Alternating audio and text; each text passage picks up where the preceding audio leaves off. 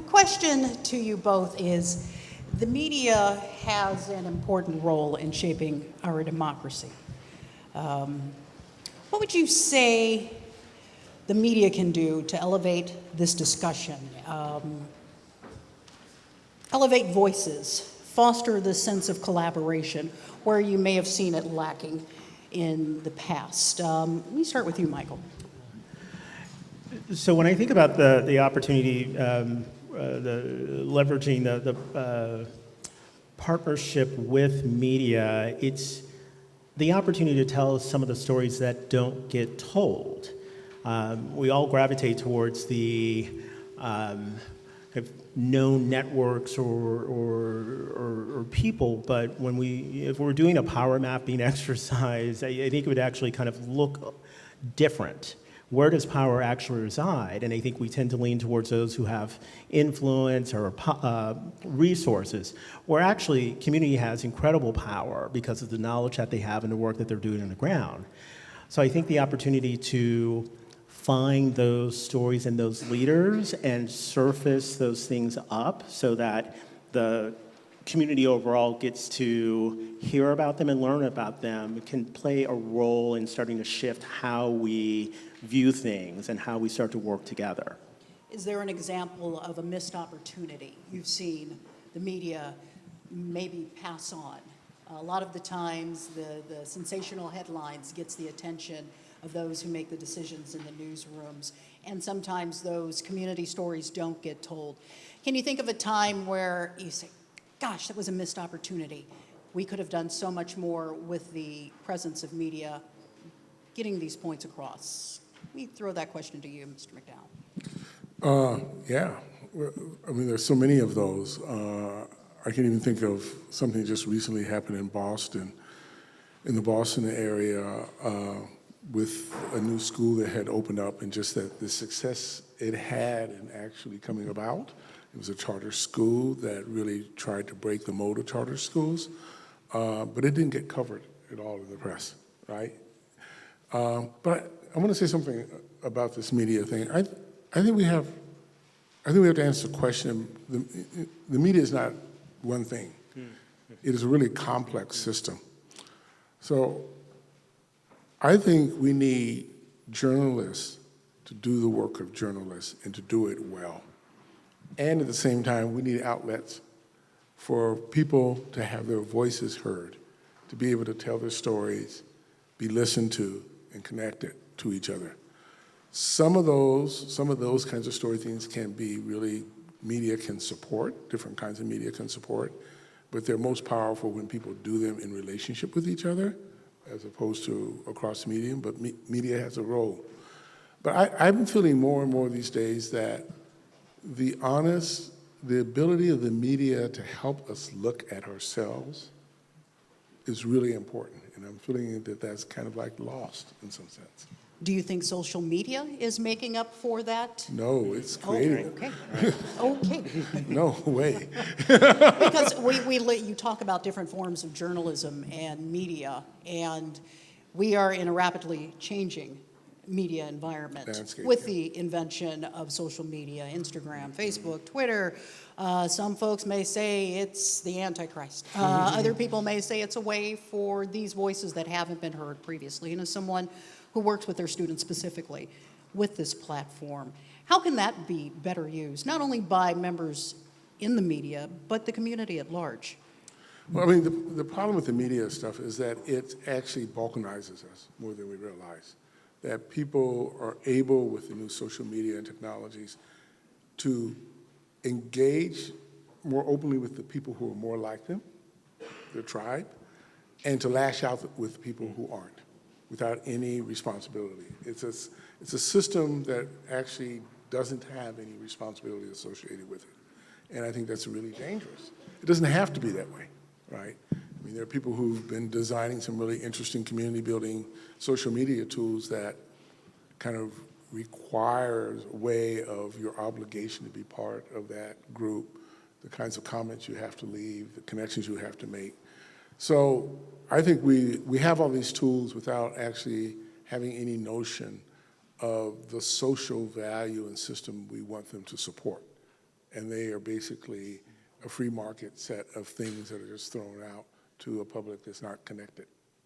And we get what we get when we do that. Any thoughts on that? Well put. All right.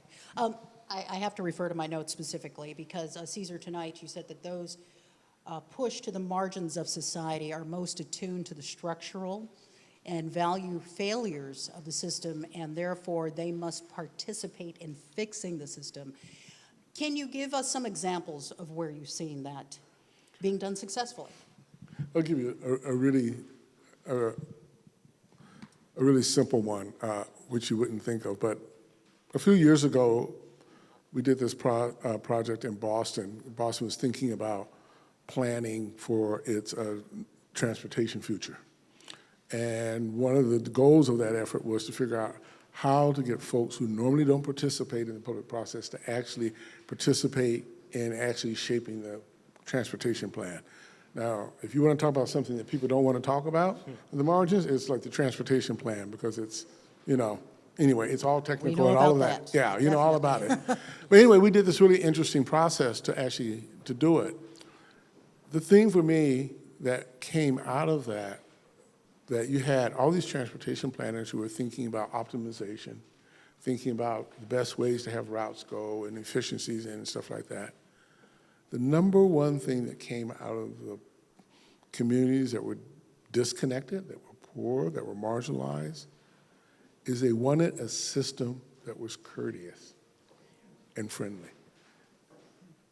And what it was asking is, you have to invest in the people who are actually providing those rides for us, because we want to be treated like people on them. And so the regular planning process wouldn't have picked that up as a core thing, right? All the other things were true too.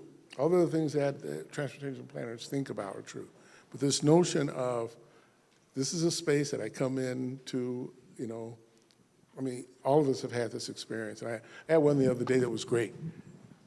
I walk out of my house, I get on the bus, it's like 2 blocks away, and the bus driver's going down the street, and he sees a woman walking, and he says, I think she wants to catch the bus. She's not going to make it to the next stop. So he just stops the bus, opens the door, and says, are you going to get on the bus? And she gets on. Now, that's not what happens normally, but that kind of notion that that's something in service to the public, and that's the main job, and to be that kind of way, that's putting kind of humanity into the system. And I think that's what we need. I think that's a great example. Locally, Seattle Foundation has had a partnership with King County and with community for the past 6 years, an effort called Communities of Opportunity. And the really short blurb on it is understanding the inequities in particular in South Seattle and South County around health, around housing, around economic opportunity.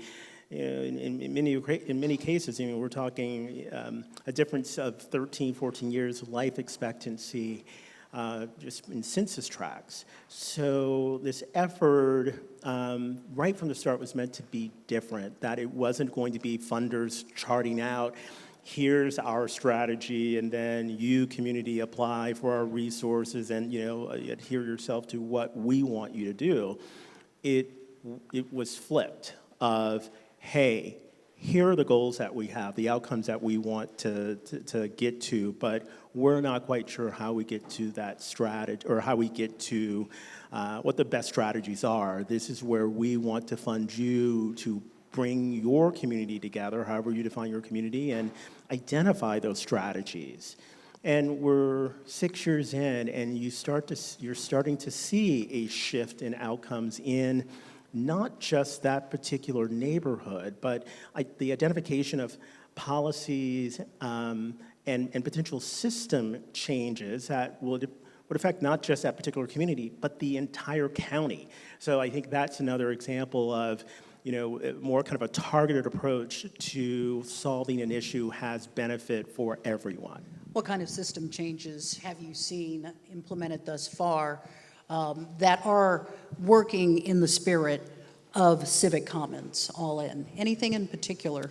Well, there are a few that we probably point to, but Sound Transit 3 was one a significant investment by this region and by voters in the region, but a number of our partners who are working in the policy and system space came together, once again, bringing community voice around the table and what are the things that are really important to the community to then influence how that was being formed, and as a result, starting to see some of the policy shifts along the way. You were, Caesar, talking about the bus example, courtesy, simple things that we as a society have been known to forget from time to time, but still reach us to our core. Give us an example of the one thing that told you this type of work is what I need to do. Giving these communities a voice, giving people an ability to come together. Was there a childhood experience? What was it for you that set you on this path? I have two stories. Okay, Is that okay? that's all right. So the first has to do, I grew up in Colorado and Louisiana, and like a lot, the reason I say both of those places, because at the time when I grew up, this is true of a lot of black families who moved to the north. I spent my school years in Denver and my summers in rural Louisiana. And one of the things I can know, my father was basically finished his 6th grade. He was functionally illiterate. He was in the union. He was secure, working at the meat packing plant. And I would see him participate with his friends and stuff in Denver and the kind of public life he had. And then the way in which his language got curtailed when he moved south. And you would see that sense of authority over your life. And I would watch my father and my mother and others lose that as they went down south. So that was one thing that really got me really kind of thinking about this issue of voice and how do we actually support people in being able to have voice around their own lived experience. And then the other is I had the great fortune to work for many years with the civil rights leader, Bob Moses. And one day I said to Bob, we were actually down in Macomb, Mississippi. I said to him, so Bob, you spent all this time down in Mississippi working on, voting rights and all this stuff like this. What was the most important thing to come out of the movement for you? And he said, the most important thing, I thought for sure he was going to say it was going to be the Voting Rights Act. He said the most important thing was the ability of sharecroppers to actually be in a room with each other, meet and talk together. That ability to do that. And so I think both of those things really just enforced for me the importance of creating that space, both for people to have their own voice, to be able to speak their lived experience, to have it listened to, and then to work collectively together to actually improve their conditions. Well, talking about that shared space, question for you, Michael, from the audience. How does the everyday person and citizen contribute, if especially they don't have a lot of time?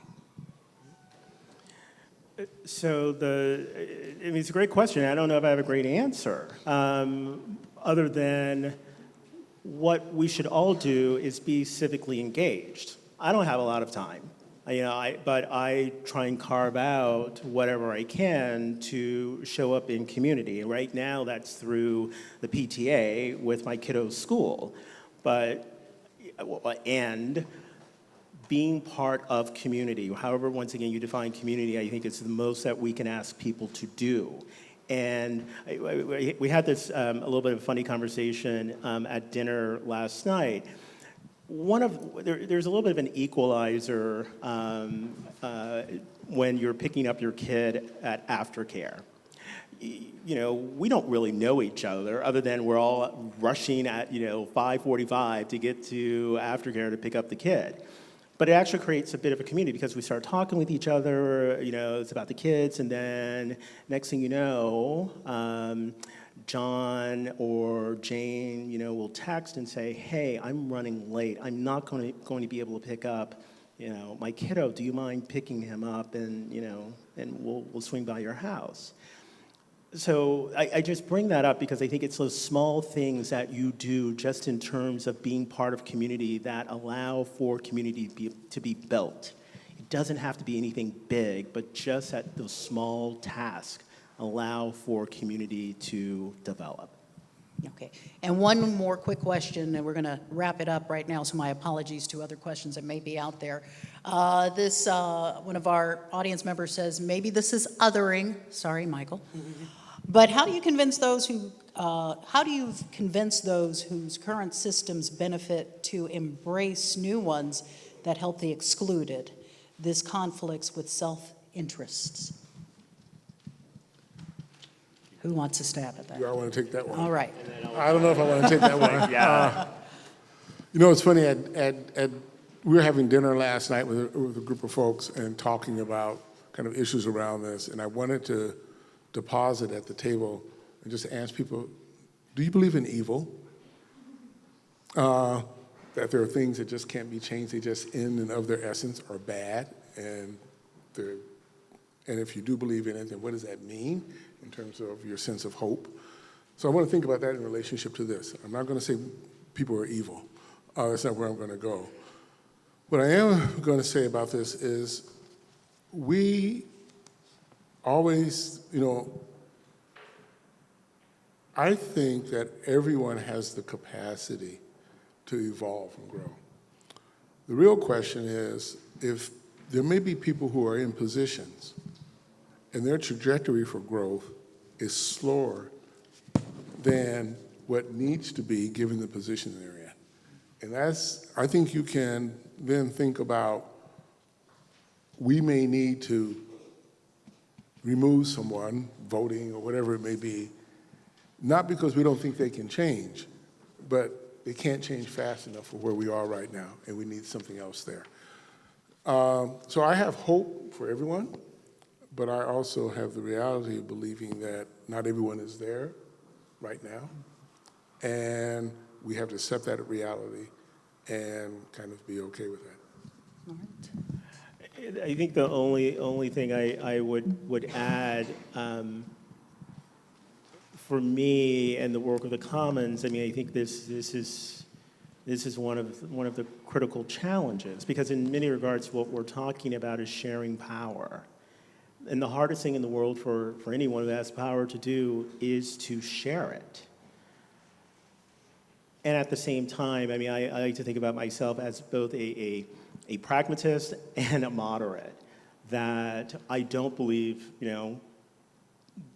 people are evil or institutions are evil. I have different perspectives that I don't always agree with, but I don't think it's evil. Can we find ways, though, to establish some common ground? Not saying that's going to be easy, but I just have that belief that if we can find that, it initiates a conversation. And I will still hold to that this is where relationships come into play. That if we're able to build those bridges and build relationship, at least it gives the opportunity to have, to move folks that need to be moved in a way. It may be slow, but nonetheless, it's getting folks to a particular place that could still provide the type of benefit that we collectively want and need. All right, Ceasar, Michael, thank you so much. Thank you.